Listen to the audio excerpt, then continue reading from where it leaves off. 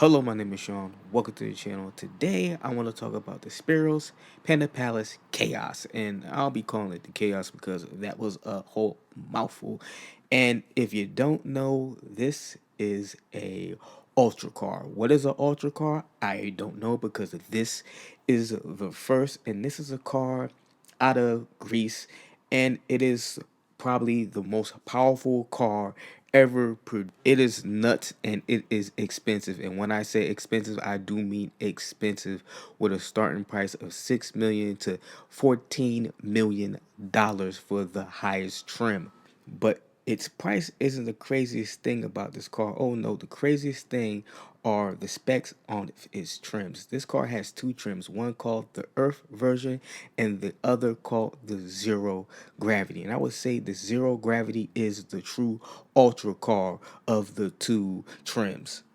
Let me give you a quick rundown of the Earth version spec. This car has 2,048 horsepower, red lines to 10,000 to 11,000 RPMs, weighs 2,839 pounds, and accelerates to 0 to 60 in 1.9 seconds and has a top speed of 310 miles per hour.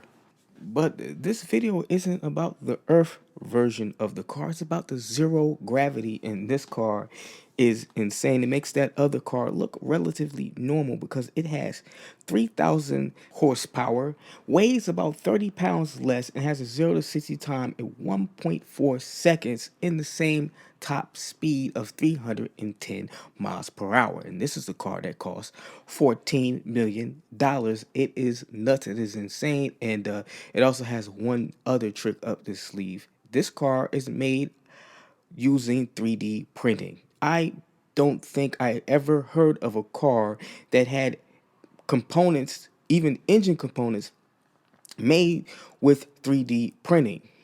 Now, I've seen videos of people making cars with 3D printers using the plastic composites or whatever it is they use. With the 3D printers you can buy at home for maybe $100. I've seen that before, but I've never seen 3D printers that have metal powder in them that make engine components and body panels with metal, carbon fiber, Kevlar, or any other lightweight materials, and then placing it on a car that looks like a actual car. I mean, come on. The engine is a magnesium alloy 3D print.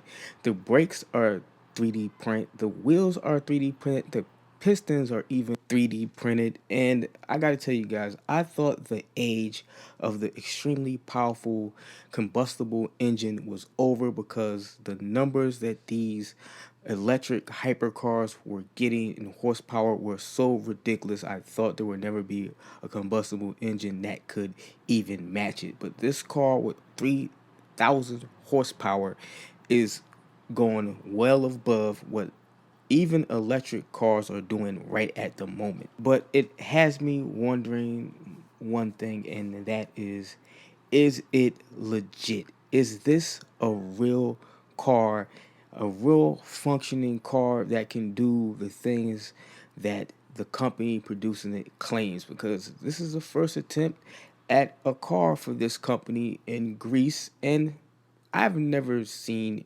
videos of it outside the videos they've shared. I don't see any other major YouTubers talking about this car and what it's capable of. So I really can't say that this is legit. I'm really gonna have to wait and see when this car is getting to people's hands. Now, this is a limited production car. They're talking about building 100 or so, 20 a year. So, if people are ordering these cars, they will get into people's hands and they will be driving them, and then we will see how legit this is. I'm sure I don't have to tell you guys, I do not like making videos talking about cars that are seemingly fake or just concepts cars being shoved out there as if they're legit. I just don't like making videos about it because it makes me look like a damn idiot. But yeah, this car's actually got my interest. The company's got my interest, and they have another car that they're going to produce, which I'm also going to be talking about in a later episode. So tell me, what do you think about the chaos? Do you believe that this car is legit, or do you think it's faking the funk and full of, crap? Let me know in the comments. And with that said, I'd like to catch you guys in the next one. So, peace.